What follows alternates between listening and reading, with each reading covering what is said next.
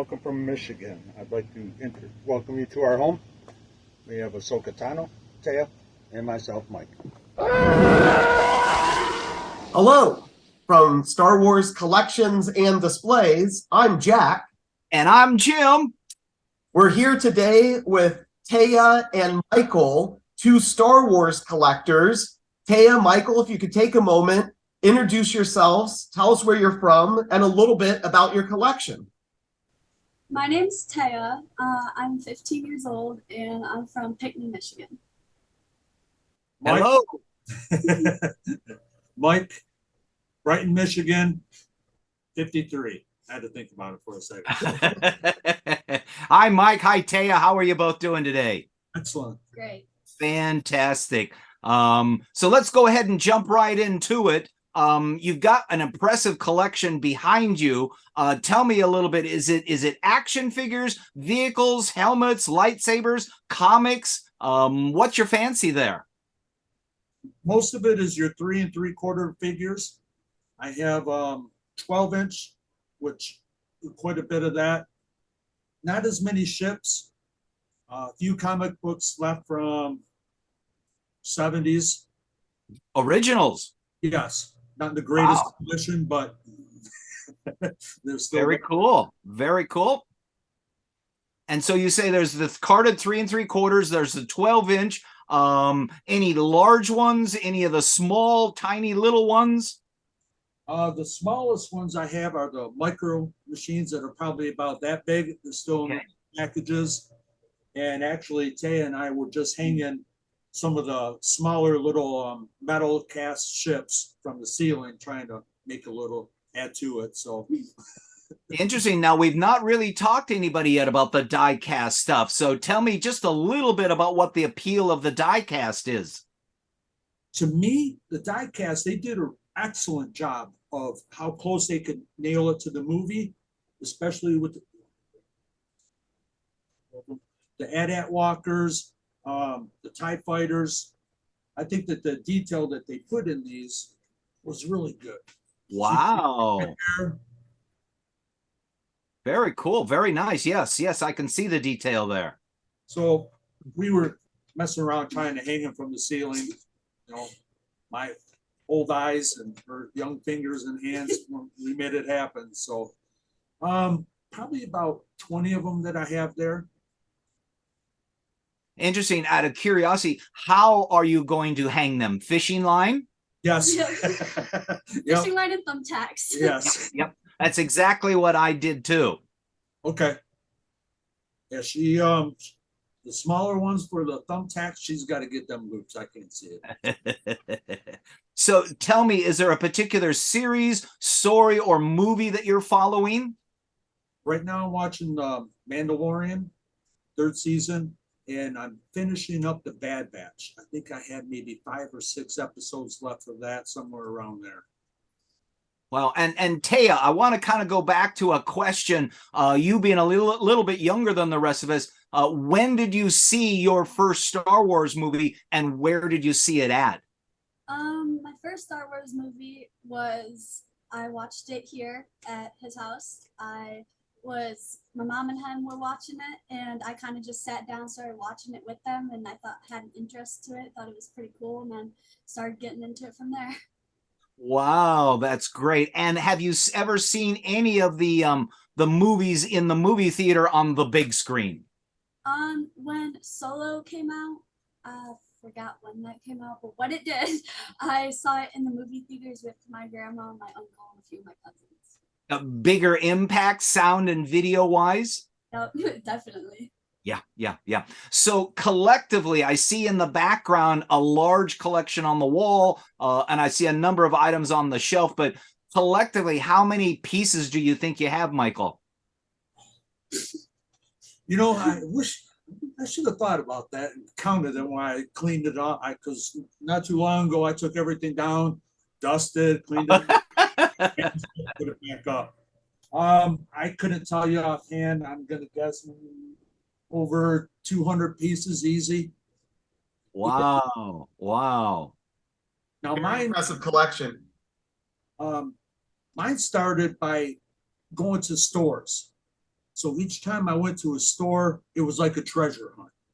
Whether it be Kmart, Walmart, Meijer, any of the stores back then, it was, okay, what am I going to run into today? Am I going to get lucky? So that's how it started for me. So 95% of my collection I was able to find in the store out shopping. Not knowing what I was really looking for, but came across it and went, oh, okay, I like that. I must have that. And Michael, what was it about Star Wars in particular that made you gravitate towards that and made you want to say, you know, I want to collect now some of these action figures and toys from the movie? What triggered it? Being a huge fan as a kid, I had a lot of the collectibles. I had the figures, the Millennium Falcon, the X-Wing fighter. But as you got a little bit older and moved a few times and I don't care about it anymore, got away from it. A lot of it was actually stolen from a place that I was living at. So unfortunately. So I just happened to be in the store one day and I saw the Power of the Force ones and went, man, that brings back a lot of good memories. They look really good too. So it started with them too. And I had no plan on being a collector. I just saw it because it, you know, as a kid, you see it, it's nostalgic to me. So, okay. Next thing you know, I'm got about 10 of them. Then I come across these and okay, let me buy a couple of these. And then it went to the 12-inch ones. And once I spent, after about buying 10 of the 12-inch ones, it was, all right, you're committed. Committed to the cause. Yep. I actually started with the 12-inch. My graduation or introduction came from G.I. Joes, which in the 60s, G.I. Joe was about 12 inches tall. And so it was a natural progression for me to go to the 12-inch series, which I really enjoyed. But obviously, they take up a lot of space on the shelf. And I originally was thinking, I'm going to avoid the 3 3/4 inch. But you find that in the different size ranges, there's different characters available that are not so much available in another size. Yes. And next thing you know, I found myself in those 3 3/4 inch carded versions. The 3 3/4 to me, they did a really good job on the detail of them that I could remember as a kid. And then when I hit the 12-inch ones up top here, I liked the box of it. They did a nice little story of it. The detail of the character was really good. And then it was like, oh, it just snowballed from there. I'm like, man, I could collect these and maybe one day in the future they'll be worth a lot of money. But as you got older, now I look at it and I don't expect to get any money off of it. This is kind of just like all for me, you know, just being a kid. Which kind of answers my next question, and that is the motivation for collecting. Is it an investment? Is it something to look at? Is it something to enjoy? And so I'll ask each one of you individually, what is the answer to that question as it applies to you? As far as collecting, motivation, I think it was just the appeal to it. But then when I found that it would stop making one series and went to another one. Well, I didn't finish collecting this one yet. Oh, too bad. You're late. Now you were on to this one. And then it went on to the next one. So I had to draw a line. And once I bought a house and had to kind of grow up a little bit more, I had to back down on my, purchasing. But every now and then I'll come across some of them that are, oh, I like that. Just because of the detail, the picture of it, to me, it does. So it's a combination of look and personal enjoyment. It takes you back memory wise. Yes. That's my inner nerd self coming out. And then Tehya, your motivation for collecting.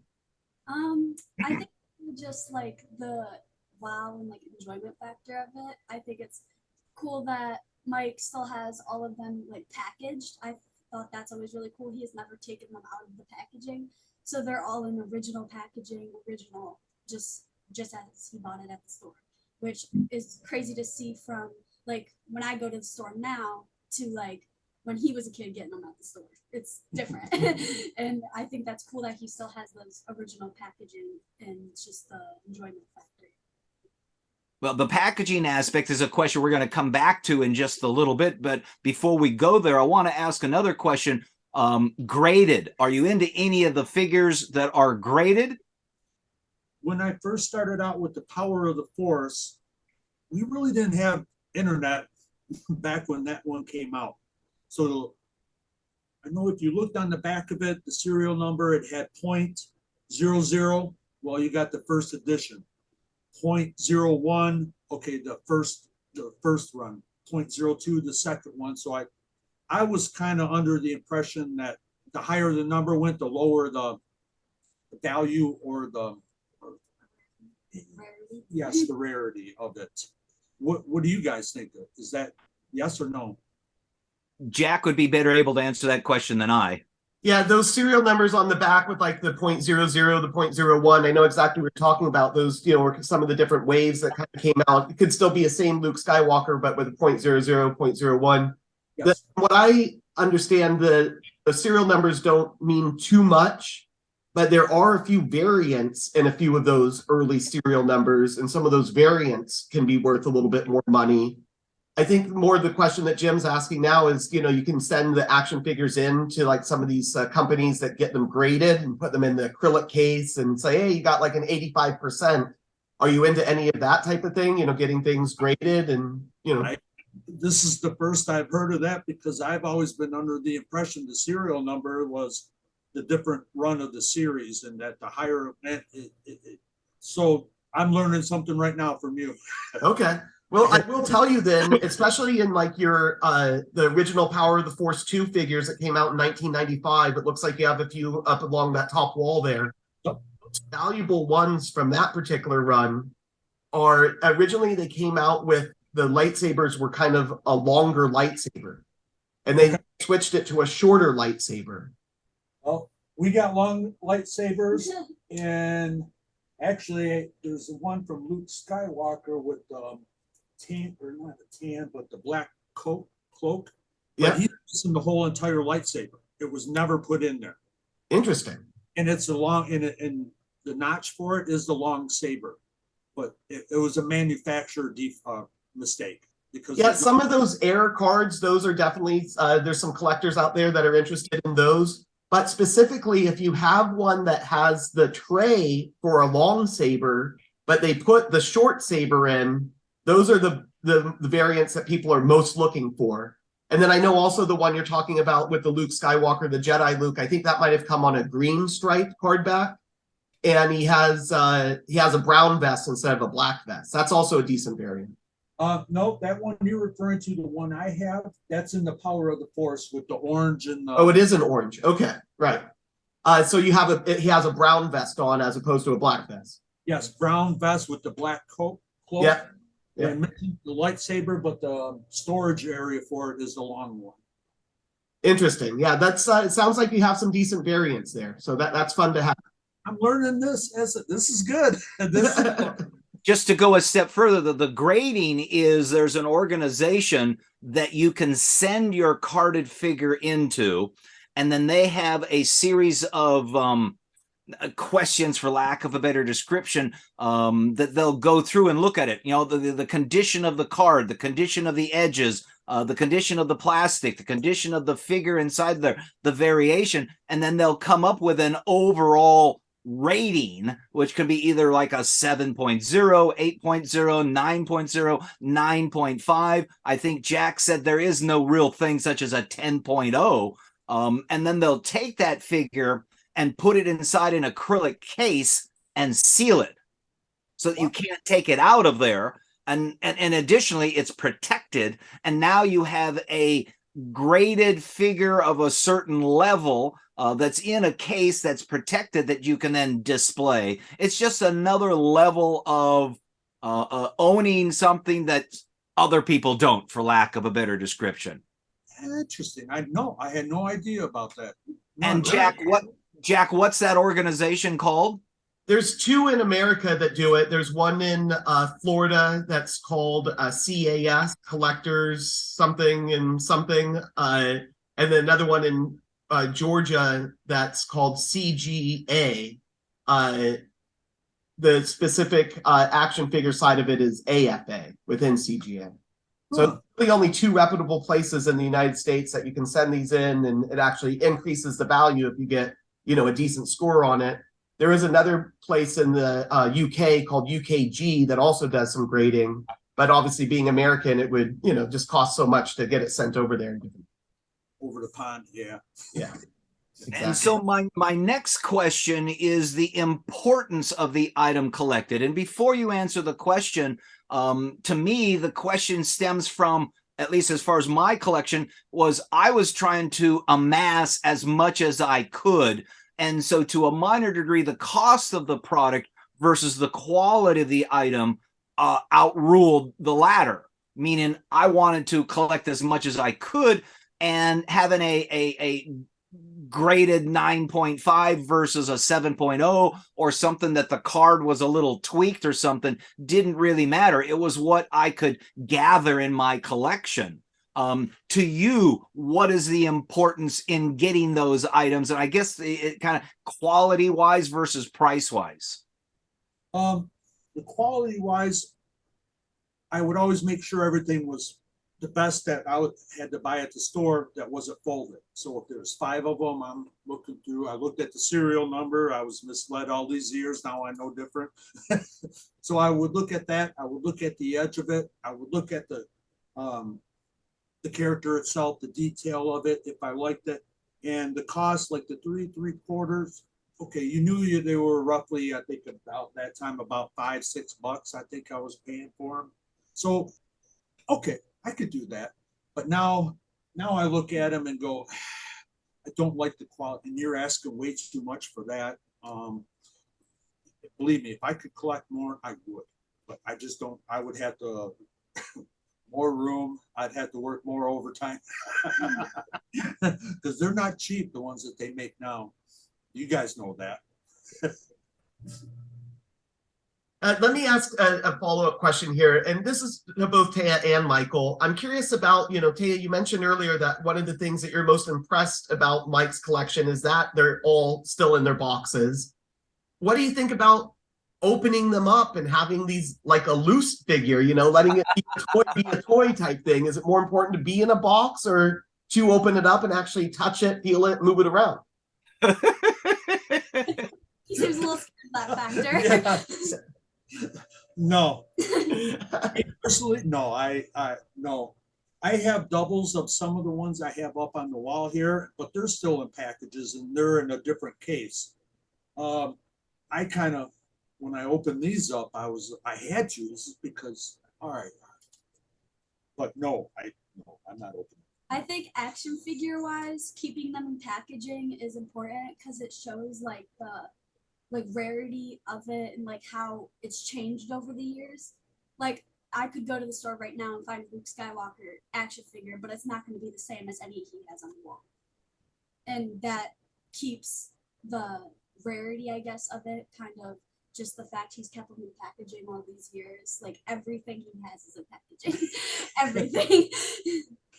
And then Tehya, do you think that having the packaging actually enhances the look of the action figure, where you kind of see like the box art and, as Mike said, the kind of story on the back, and having kind of everything that was, you know, sold as opposed to just having the little figure that comes out? Yeah, I think having the packaging, you can, like he was saying about the story behind it, it's like just tells it more. It expresses the character more. Okay, interesting.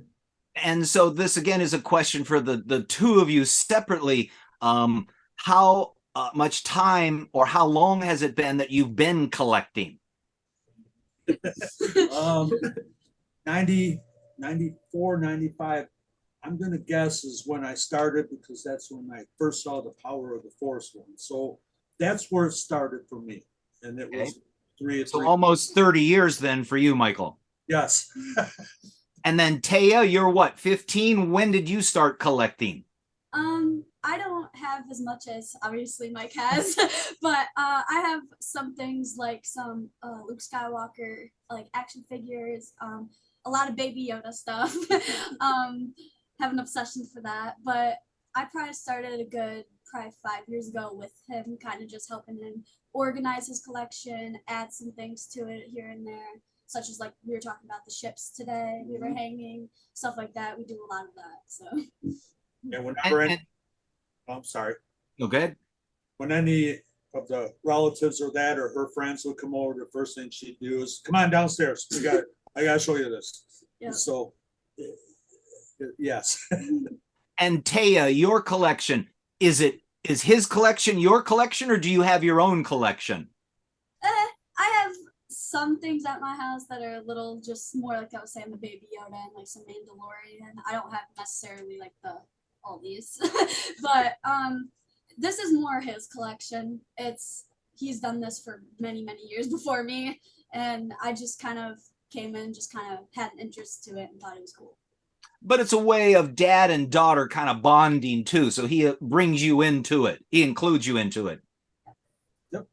That's great. That's great. So your display space and size, I can see on one, it's an entire wall. On the other one, it's shelved on the wall. In some of the pictures that you sent to me earlier, that stuff on other walls and other portions. But overall, how much space do you think your collection encompasses? Yeah, if I had to take measure really quick, but it's one half of the basement is my Star Wars stuff, and the other half of the basement is my Wheaties boxes and starting lineup figures that I have over on that wall. Interesting. Yes, so if I was to expand my Star Wars collection, I'd probably have to be pawning off or selling some of the starting lineup to negotiate something to make space in that. So like my Wheaties boxes, they're all unopened. And they have sports figures on it, Barry Sanders, Dan Marino, Michael Jordan, Shaquille O'Neal, Tiger Woods when he first started coming out. I have all the original Wheaties boxes that Tiger Woods is all unopened. So I've not seen any of that stuff. So in the follow-up to this interview, if you would, I'm going to ask you for more pictures anyhow of the Star Wars stuff, but send to us pictures of the Wheaties boxes. I would be very interested. I myself have kind of varied a little bit from Star Wars. Recently, it was Beatles paraphernalia, and then it went over to Blues Brothers paraphernalia. Then it went to Batman and Superman, and then lately it's Austin Powers.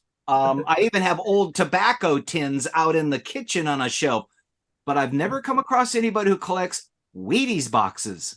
Yeah, I have, the oldest one I have is the Pistons winning championship. I think that was in '89.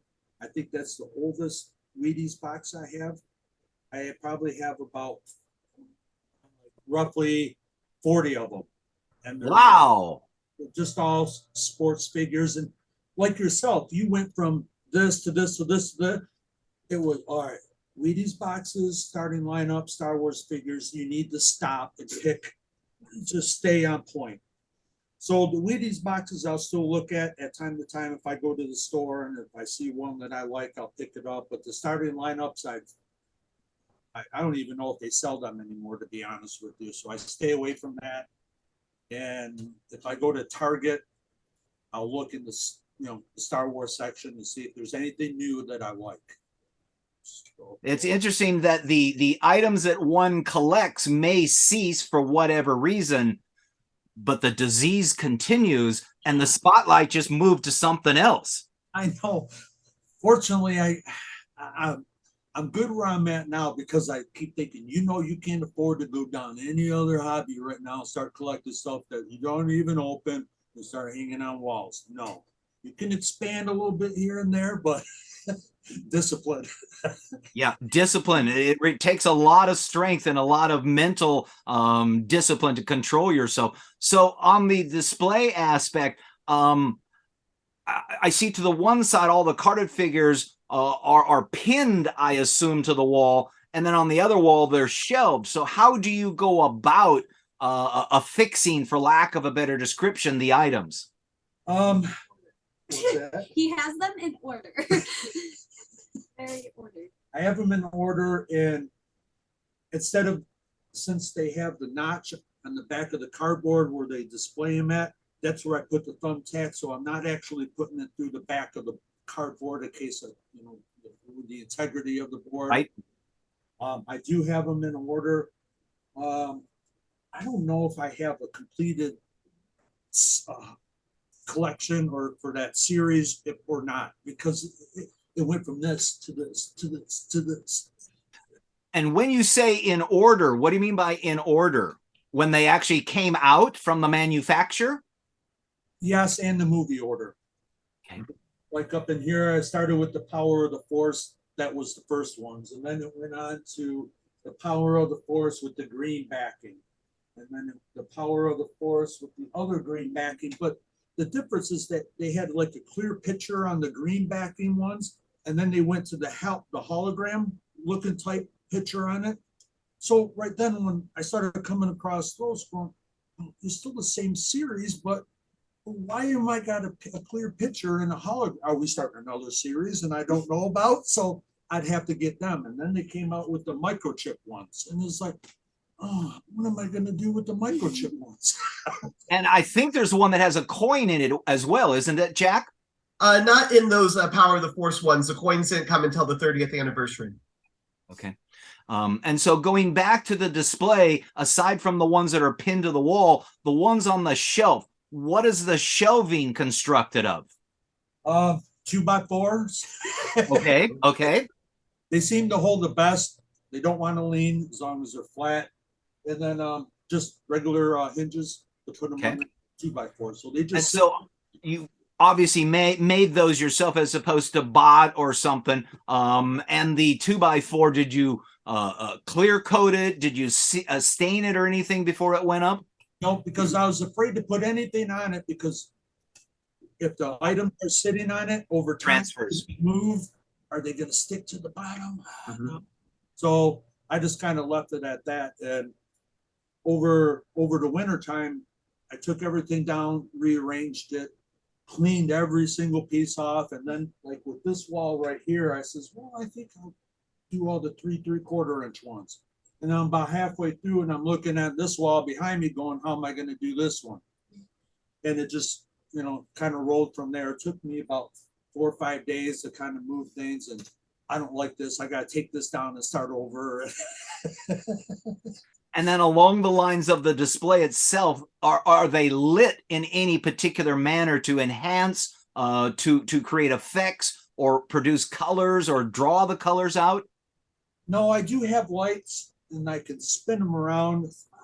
Yeah, kind of like anytime that, you know, you could kind of give a better idea what they look like in the back there. No, I thought about putting like the little ceiling lights and ground lights on the ground to kind of bring it a little bit more effect. But I think once I finished this part, and then I separated the Wheaties boxes, starting lineups from the Star Wars, and I'm kind of looking at it going, man, I'm kind of impressed I could even think of how it worked out. So I don't know what I will add to it, but we'll see it. But I only have the block lighting in the basement, so I don't have a lot of light that comes down here that wants to kind of take the color away from the background or anything. And then just a moment ago, we did touch briefly on the display, how it's arranged, and you kind of, you know, what episode and when they came out, maybe by character or by scene or something like that.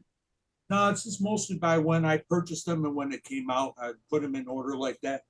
But some of them, like behind me, you can't really negotiate where it's going to be, if it's going to be in the same series or not, because of the height difference. And that was another thing I had to go through is, oh, we have ones like this. Oh, they're just a little bit shorter. That's not. Okay. And with your display, do you have the ability to expand, or are you kind of limited in what you can add more in there? In this part, in this area, I'm pretty much kind of tapped out for space. I have a couple pillars here that have wood around it that I could do that with it. But if I was to expand more, I'd have to do something with the starting lineup figures and the Wheaties boxes. And that's not going to happen.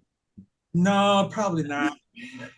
Unless someone wants to trade a bunch of unopened starting lineup figures and I'm always open for that. So to expand or to add to the Star Wars, yeah, I'd do it. And Mike, and for Tehya as well, when you are ready to expand and you're buying more action figures, what's your main source of purchasing things? I know you said you go to Target, see what they have there. Tehya, you're still buying some Baby Yoda stuff. Where do you go to find this stuff? What are your sources? It's kind of like you said, any stores like Myers, Walmart, Target, any of those just stores that you go to on an everyday basis. You kind of just check the action figure aisle and see what's up in there. Like a daily or a scavenger hunt every Yep. time. You just don't know what you're going to wind into. Mine's the same thing that if I go out of town, we've gone on softball trips back in years ago, different state. Ooh, we got to stop. The rest of the guys are like, oh God, the nerds. My buddy Ron and I were huge collectors. He does Hot Wheels, so him and I always, hey, we got. Oh yeah, you got to. Okay. And is it just retail stores, or are you buying anything online? I bought. Where they're at, right? Oh, over there. The archive ones. These were the latest ones that I had purchased. Oh, But I got these online. And they're the Star Wars, the Black Series. I was going to say they look like Black Series. yeah, they're the Archive Black Series. Those are pretty cool. And then it looks like you have a carbonized Boba Fett there as well. Yeah. Yep, that one I picked up. But these are the ones that this one I got off of a buddy. I don't know if you can really see that one. But Beautiful. It's the 2004. That's what this one is for. But these are the ones that I got online. Believe me, if I sat online and start, it wouldn't be good. It wouldn't be good. Electric company would be calling, going, we're going to shut off your power. Yeah, the hunt, which is what a lot of us refer to that as, takes up a tremendous amount of time. You can spend, and I have many times spent an entire evening going through looking at, okay, I've decided to get this particular figure and I've got 5 different vendors selling that. And so you're looking at the variation in price, the variation in the shipping cost, and then there's what appears to be the quality of the item as well. Oh yeah. And you sit there and you go, oh, man, again, do I want it? Do I need it? Yeah, well, I don't need it, but do I want it? Yes. And is it going to complement the rest of my series? Yeah, it just might. But I get it. I understand. And being able to buy it and have it in your hands, see it there, you can judge the quality in itself because you got it right in front of you. Looking online, you have no real idea. Just yesterday, I received 2 Austin Powers figures. Both of them were the 10-inch in kind of a half curved box. One of them I spent $19 on the item and maybe another $10 for shipping. And then the other one was $5 and maybe $10 for shipping. And so I bought the $5 one because I wanted the box, because I had another one that didn't come with the box, but was a different color outfit that he was in. So I bought the cheap one for the box. Well, Right. As it turns out, the expensive one, the guy shipped it in a plastic bag. And so when it arrives from the post office, it's all crumbled. The bottom is ready to fall out. I was kind of bummed on it. And yet the one that came without the box, he had it packed in shredded cardboard with edges on there. And the figure alone was almost pristine. And after switching the boxes, I took the good one out and set it there and look at that. You're in just great shape. I mean, what am I going to do with this great shape figure now? I mean, I accomplished what I wanted to by getting a home or a box for the other one, but now I've got this great shape one. And the irony was I sent a message to the guy, the one that ended up crumpled, kind of complained. He refunded the whole thing to me. Wow. Oh, So now I got a no-cost beat-up one. In which they should, is because as collectors, and you kind of take pride in what you want to buy and what you want to purchase. And then if they send you garbage like that, you're like, oh, you're kind of like a disgrace to the collector, creed, I guess you could say, if there is one. And plus, if someone's hard work and money, you're just gonna send them crap. That's good. Did that for you. And it's unfortunate that some people really shouldn't be sellers or vendors, and their motivation, is just to kind of make quick money or whatever. But that's a whole nother story.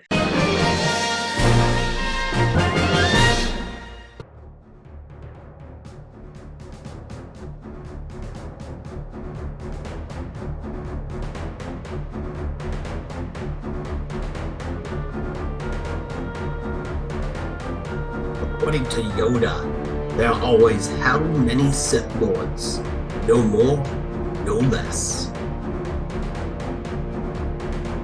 2. The Rule of Two.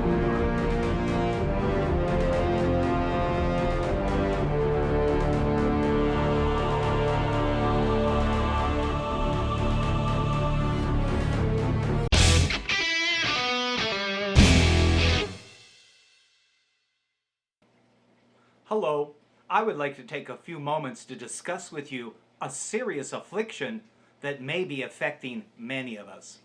Collector's disease. This can occur with one or more issues when we begin to collect Star Wars action figures and collectibles. Obsessive compulsive disorder, or OCD, is a mental and behavioral disorder in which an individual has intrusive thoughts and or feels the need to perform certain routines repeatedly to the extent where it induces distress or impairs general function. Obsessions are persistent, unwanted thoughts, mental images, or urges that generate feelings of anxiety, disgust, or discomfort. Common obsessions include fear of contamination, obsession with symmetry, and intrusive thoughts about religion, sex, and harm. Compulsions are repeated actions or routines that occur in response to obsessions. Common compulsions include excessive hand washing, cleaning, counting, ordering, hoarding, neutralizing, seeking assurance, and checking things.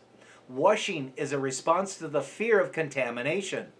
Ordering is the preference for tasks to be completed in a specific way, such as organizing clothes.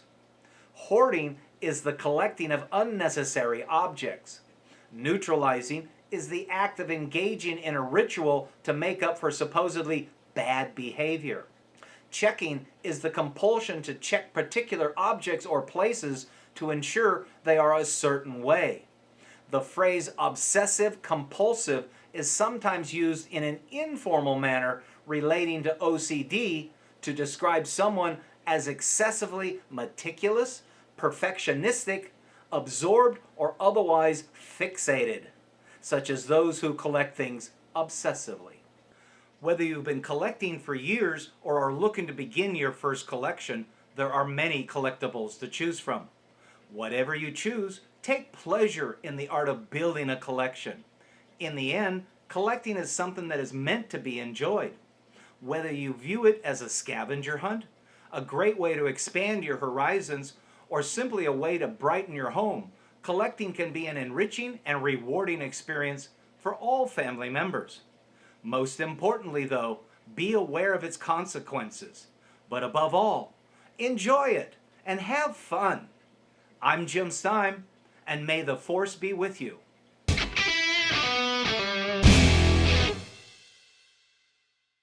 This is Jack in the Box. We finally get our box back from CAS. Me? Poetry? We don't just spread fun through action figures, we get close and personal with the actors that played these characters. I'm Nick Joseph, and I played Major Arhul Extrafon. You were the one that banged his head in that doorway? Yes, that's me, yes. And then they dressed me as a Hoth rebel. Be sure to subscribe and binge watch all of our episodes. Thanks for tuning in to Jack in the Box.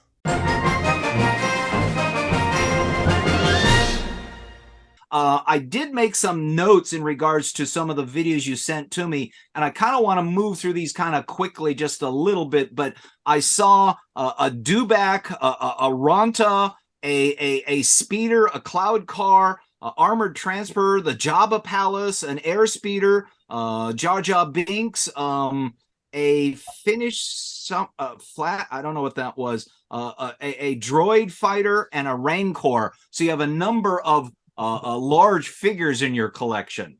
Yes. The Rancor, the boxes, and They're on like a little end cap here. yeah, they're on the edge of the wall. The Rancor with Luke, and then it has Sam person with the Bantha sitting on top of the Bantha one. Unfortunately, some of the ones that I bought, I had storage. I would move. I had them in not the greatest boxes for protection, and mice got into it and ruined a couple of them. They only ruined the outside of the box, but the inside of it, the background, the character itself, they didn't mess anything with that. So But we already know you're a guy with have to have that box in good shape.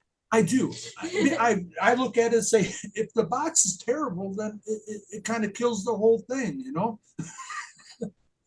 And then there was another one that I noticed, and I'm going to refer to it as a 2-pack, Darth Maul and Anakin. Yes.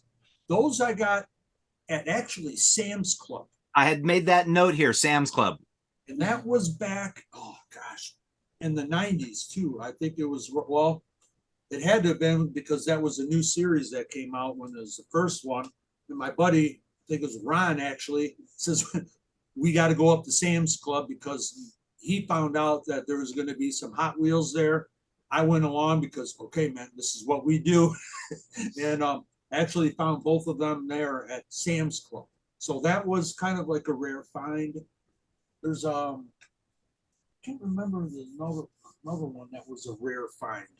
I also noticed there was a Legacy pack. Legacy. What's a Legacy? Well, it would be a style that they came out with. That would be like, I think from around like 2007, 2008. It's a little bit bigger of a box, looks like a stormtrooper on the front, and they just call them like the Legacy. Yeah, like I don't know about a pack, but usually they were like a single figure. Some of them, they even came out with like Clone Wars figures in the Legacies. Okay. It's somewhere out there. Yeah. Okay. We saw it in your video, but yeah, it might have. I had a question mark next to it, so when I find it through the videos, I think you mentioned the Tusken Raider on the what I call the Mastodon, but I can't remember what the big thing is called. The Bantha. Bantha, sorry about that. Shadows of the Empire, there was a Boba and a Vader. Yes. And then there was also a deluxe series. Yes. That actually came from, see, there was a series that was called Shadows of the Empire. And I remember reading that book, and if I remember right, that was between Empire Strikes Back and Return of the Jedi. That's exactly right. Okay. And it was supposed to be a search for Han. They were looking for Han, but they came across that Prince Prince Xanor? It's been so long since I read that book. So Boba Fett and Darth Vader, they must have squared off, but this gets back to not opening it. There's a comic book behind that one. I don't know what's in the comic book. So I've actually looked around to see if I could find another one that I would purchase that, open that up, and then read the comic book. There's two of them like that have the comic book behind it. Believe me, those are the ones that make me go.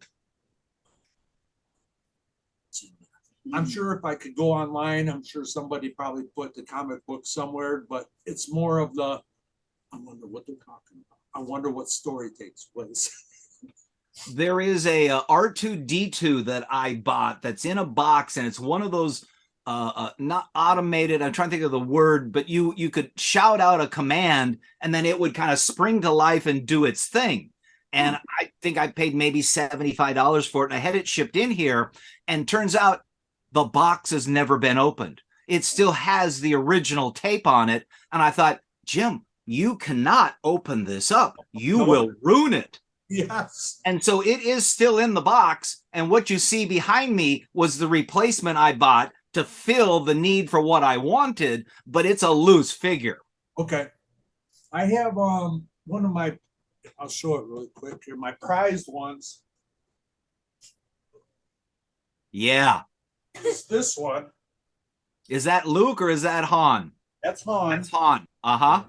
And again, never been out. Still the original tape. It still has the Toys R Us price tag sticker on it. This one is one of my prized ones since I've had it for so long. And again, that was found on, I didn't know I was going to be looking for it that day. And you come across this about 4 or 5 12-inch figures, a couple $100 later, you're walking out of Toys R Us going, how am I going to pay my rent? Yep, exactly. To finish up some of the notes that I made, you did have some unique items. There were what I made a note on, mini lightsabers.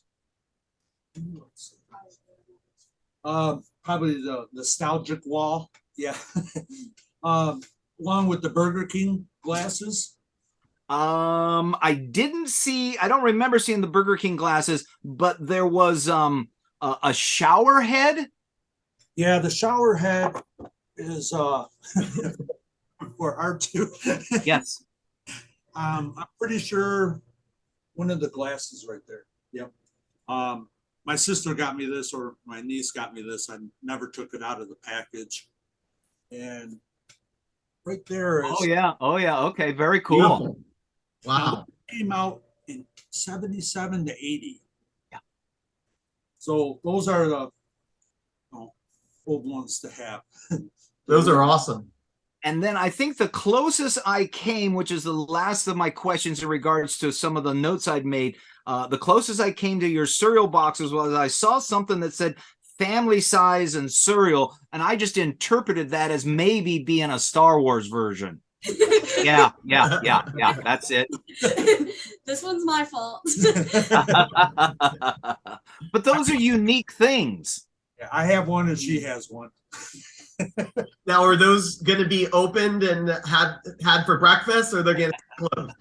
No, if she wants to open hers, she can. I mean, that's fine. But mine with the Wheaties boxes, with the figures, even with that comic book behind that one. No, don't you dare. Don't you dare. You can probably go online and find somebody that's just selling the comic book only. Yes. Or as someone pointed out the other night, go online and you can even read the comic book online. Right. But going down that rabbit hole, once you guys know, once we start opening something that up, it's like, oh, okay, we can read that and go down there, and it's a rabbit hole. Yep. So moving on to the rest of the questions, and this one we already kind of know the answer, but who is the collector? Obviously, it's both you and Tehya. Right. For him.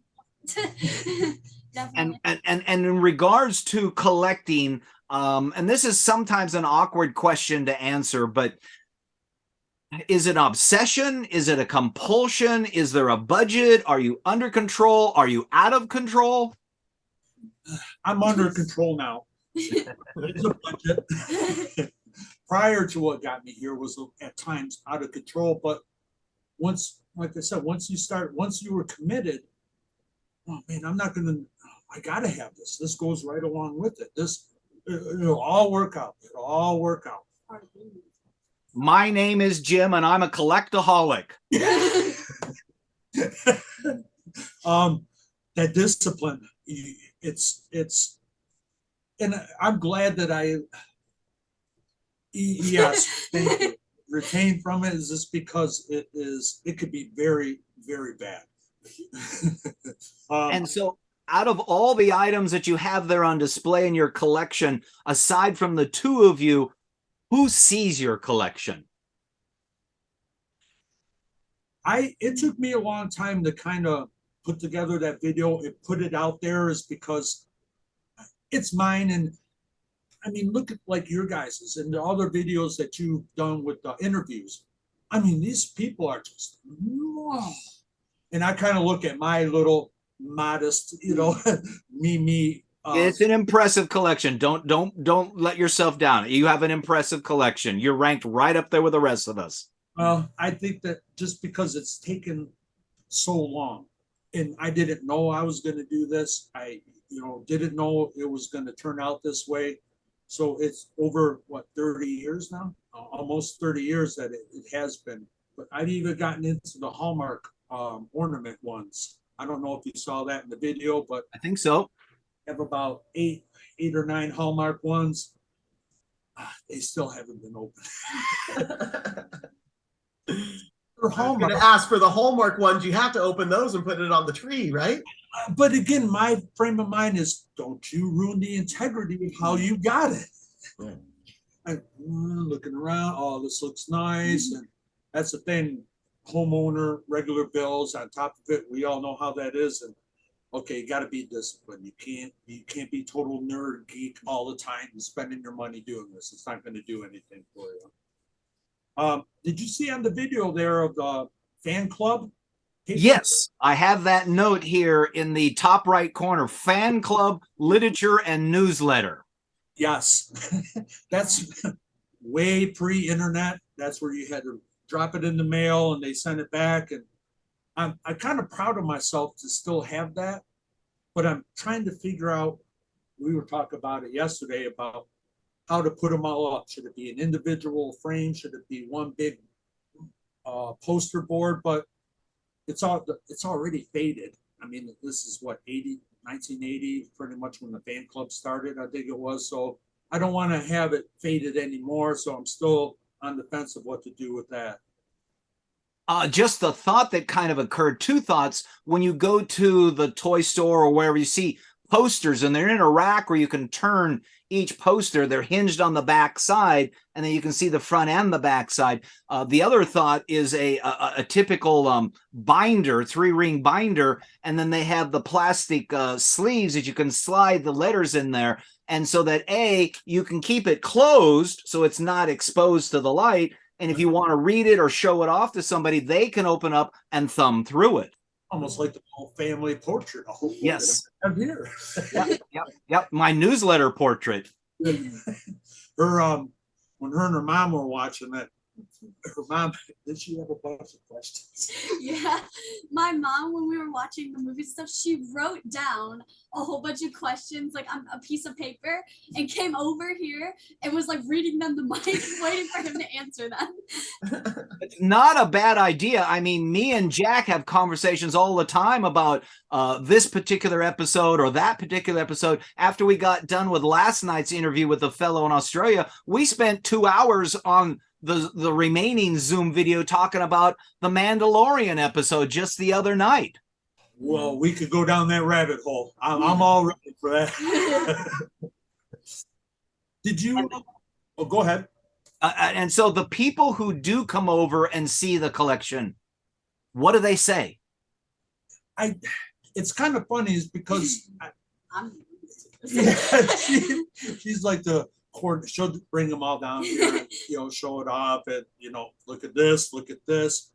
Where myself, like, if I had to have the furnace put in, or a new furnace or hot water tank, the people that come down here, I kind of watch them to see their body language when they see it, and like, oh, wow, are you kidding? They'll just start, well, do you mind if I look? No, just don't touch. Yeah, I do the same thing. I allow people to come into the room. I reach in, I turn the light switch on, and then I step back and I look at them to see what their reaction is. The shock factor of it. It's like, holy cow. Not too long ago, I had something come in. Oh, it's a new furnace and central air had to be put in here. So when the guy came down here, one of them was just like, oh my, do you mind if I yourself walk around it? He's just, wow. But the thing about that is I never wanted to draw attention to the house like that, because if they know where you're at, it might be a little bit weird, but I just kind of looked at it as it's personal, it's modest. But once I put the video out there, it's like, all right, let's reach out to some other collectors, and it might be a good thing. And obviously, it's turned out to be a good thing. Well, it's interesting you mentioned that because one of the challenges in me soliciting or approaching people such as yourself to get involved in this is some people, they're uncomfortable showing off their stuff because they feel it's real private. Some people don't want to give away the idea that I've got all this in my house. Some people are camera shy. I'm still looking to gain some collectors out of Europe. We did one in Sweden, but that's as far into Europe as I've gotten. I've approached a girl in France, and I think, oh, that'd be so cool. Not only have a girl involved in the video, but somebody who has that French accent would be really cool. But she said, oh, thank you. And she had an unbelievable collection. But she said, thank you very much. But no, I don't want to share this. I could kind of see, I could probably imagine, maybe it's like you said, you don't want to know that, hey, I have all this collectible stuff in my home, because there are people like that would take advantage of that situation. We used to have one of the questions in here used to be, what is the dollar amount that you've spent? And we decided that was an inappropriate question. People would be uncomfortable to embarrassed almost to a certain degree to say how much they've spent on it. And they don't want to give away the fact that they've got thousands of dollars worth of something in their house. Sure. I mean, I'm sure a couple thousand I've spent in it, but they also have to understand that this is mine and like yours, Tehya's. We appreciate this stuff. So it all depends on how much somebody wants to pay for it, makes the value of it. So it's all to an each your own. Us inner nerds, we know that I know how much I've spent, and do I think I'll ever get it all back? No. Do I plan on it? No. Am I happy with what I have? Absolutely. It's because I didn't know what it was going to turn out to be. Yeah. The mom's here now. It'll someday become Tehya's collection. Probably. I mean, if she wanted something like this, and if she had the room for it, then yeah, I have no problem. Here you go, Tehya. Run with the torch. And so my next question is, what would you consider your favorite item out of your big collection there? Oh, so good. Probably the Han Solo on the Tauntaun one that I showed you. I also have the newer Thrawn one, which I think Thrawn is just awesome. I can't wait. You know that they're talking about Thrawn and in the Mandalorian, and he's already made it somewhat appearances, not on scene, but it's lead into that. So just really dig Thrawn. I've got to know his character more and more, especially after watching Rebels. Mm-hmm. Is that the Thrawn that you're referring to? Is that one of the archive Thrawns in the Black Series archive? I believe so. Yeah. I got a 3/3/4 one, but it's a 3D of Thrawn of the right. Force. And then the other one I think is out of that Black or the newer series of it, because when I saw him, I was like, okay, I'll spend money for that one. Interesting. So, yeah.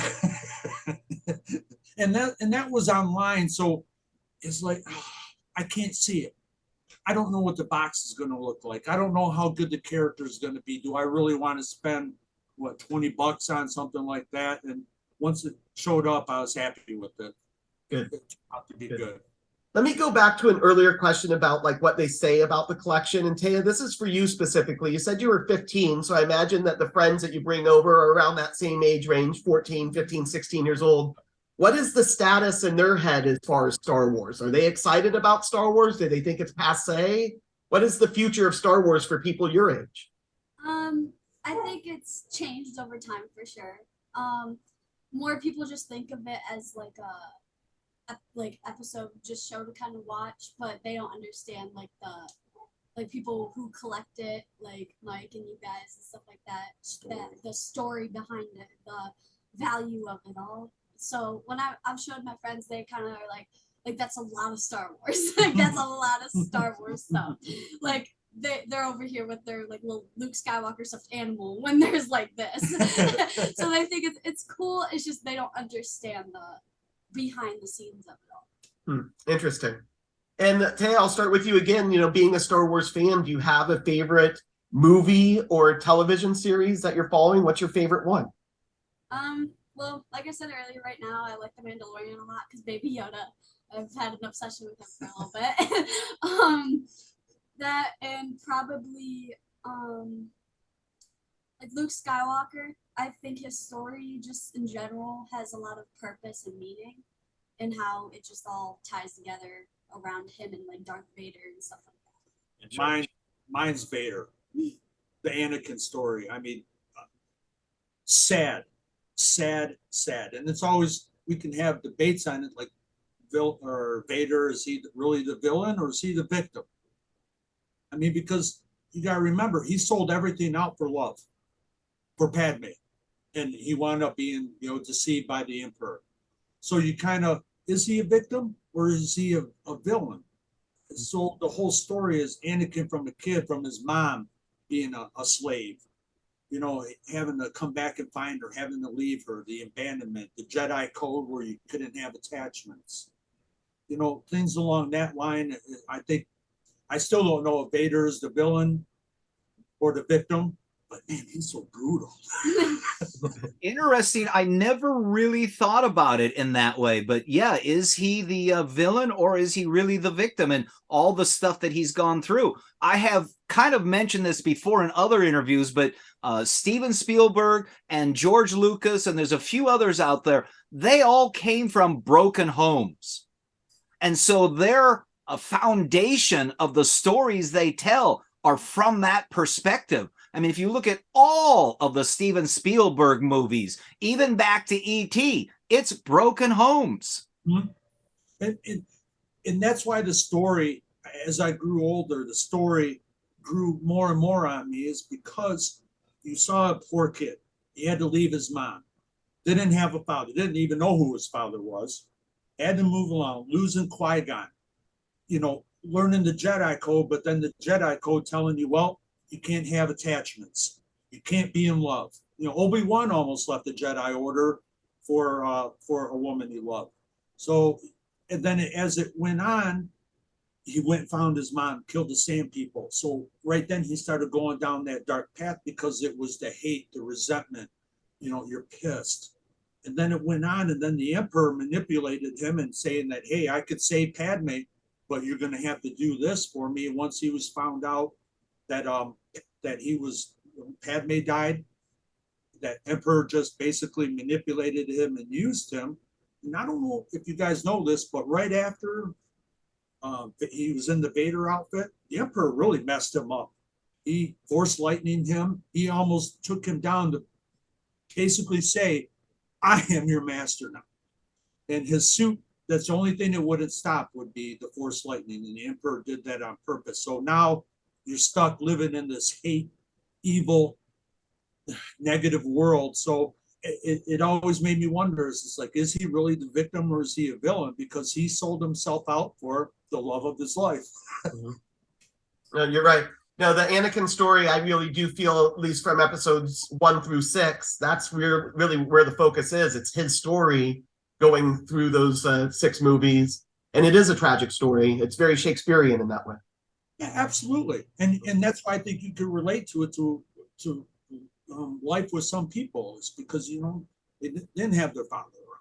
They didn't have the support. And then you get manipulated by bad people, even though they seem to be good. So yeah, that Anakin story it's kind of always resonated with me. And then I understand, that story. If you had to boil it down and say, okay, my favorite movie out of the series or my favorite TV series now, what is the favorite for you? Movie wise, I was happy with the story of, was it 7 or 1, 2, and 3, but I think once Disney got a hold of it, it wasn't as good as it could have been, especially when George Lucas started it out. as far as the series right now, I really enjoyed Boba Fett. I really didn't think they could do anything, but Obi-Wan, the series Obi-Wan with for the 6th series that he was in, that series was great. I couldn't get Endor. I watched the whole thing of Endor, and I'm like, I don't get it. I know it's like it's showing the more of the everyday people thing and the struggle, but I'm like, now they want to do an Endor too. I'm like, what? I don't know. I just couldn't get into Endor. I watched the whole thing, but I walked away with it going, okay, what am I must be missing something. So, yeah.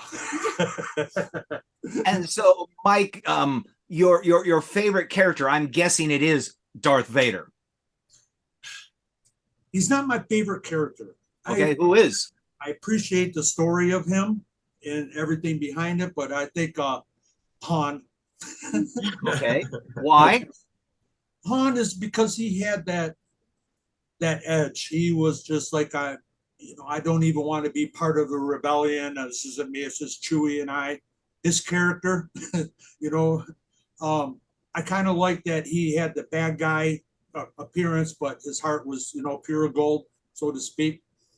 So I would have to say Han, and the more I'm learning about Thrawn, though, I really appreciate Thrawn and his military thinking, his art. I mean, he's a big dude of art, and so I like learning more about Thrawn. So I'm excited to see him. And Tehya, who is your favorite character?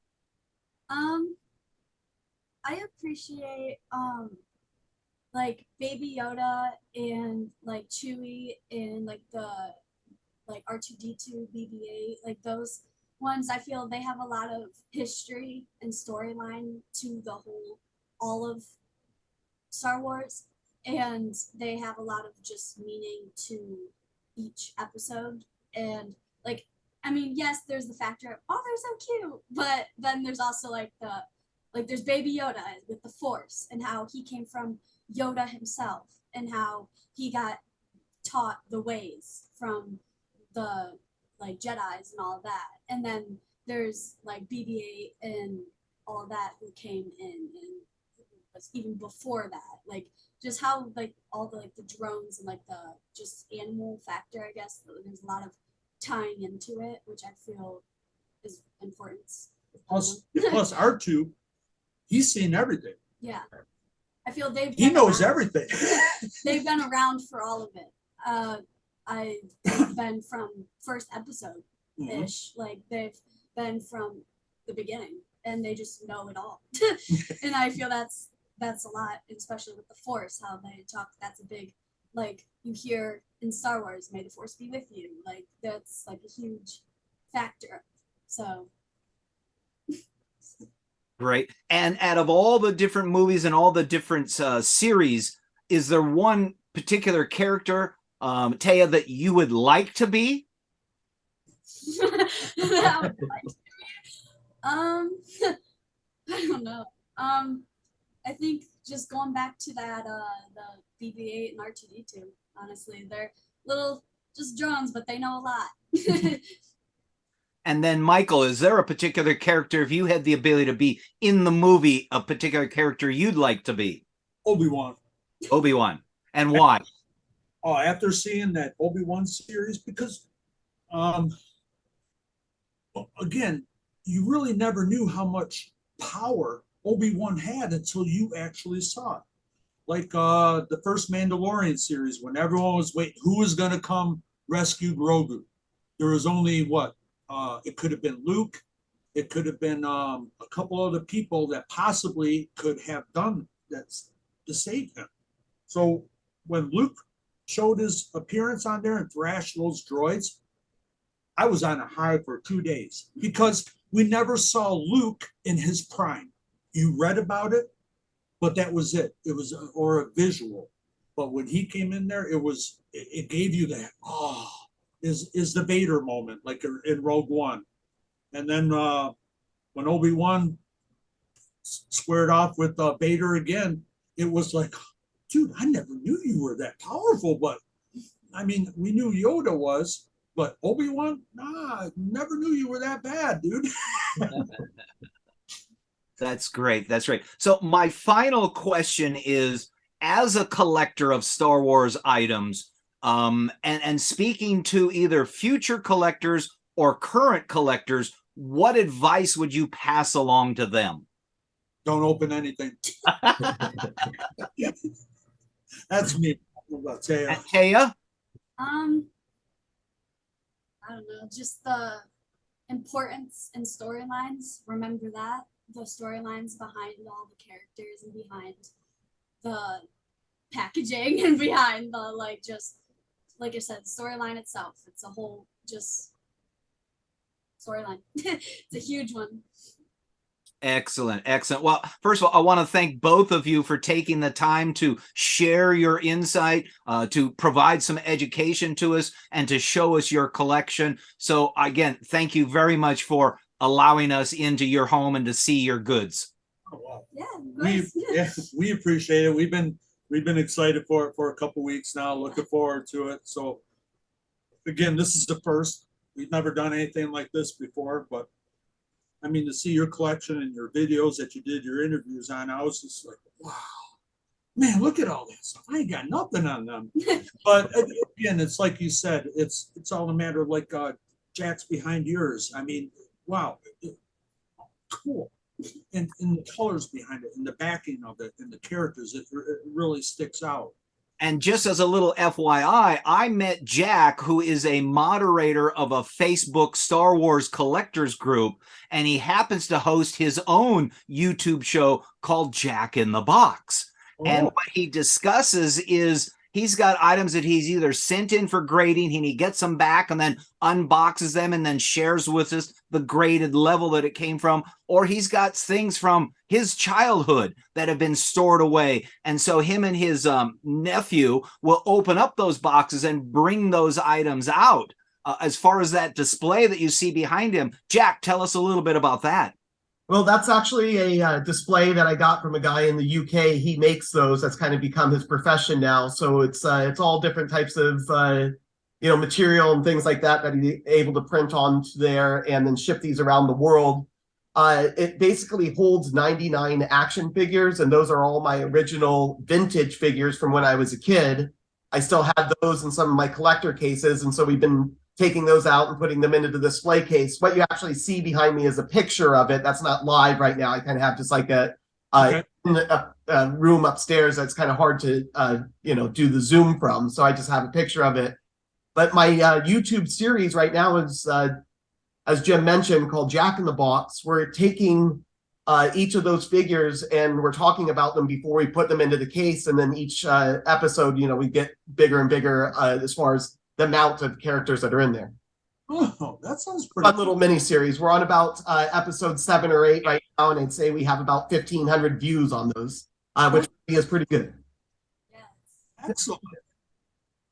So again, just go ahead. I like that behind him. I mean, you can even see the bantha, with the arms up in the air like that. That's right. Yes, this guy, this person. Yeah, it's a very interesting display. I'll send you guys a link to one of the actual YouTube episodes, and you can kind of see it a little closer up and see what we're saying about it. And while they're unboxing that stuff, they'll discuss the variations, the long lightsaber, the short lightsaber, the backpack, no backpack, the color of the vest, the color of the hair. There's the big head Han Solo, the little head Han Solo. See, now that would be interesting because I do have doubles of some things, and I'd be curious, like you said, it's just all a matter of the lightsaber, the colors. Mm-hmm. I was unaware about the serial number on the back. I always thought it was the 01, 02, 03. I would say the serial numbers, don't discount them completely. There's definitely people out there that want to collect only certain serial numbers, only the 00s or the 01s or whatever it is. But I would just say from a monetary standpoint, there's not a whole lot of difference. If you're trying to sell them between a 00 and a 01, it's kind of depends on what people want. But there is a big monetary difference when you talk about some of the short lightsabers, but in the long saber packaging. Those seem to be the most sought after from the 1995 Power of the Force series. So if you find any of those are the ones kind of make sure that you keep very prime. Okay, that's good to know. I did not. Absolutely. Once again, I want to thank you very much for sharing your time and your collection with us, both of you.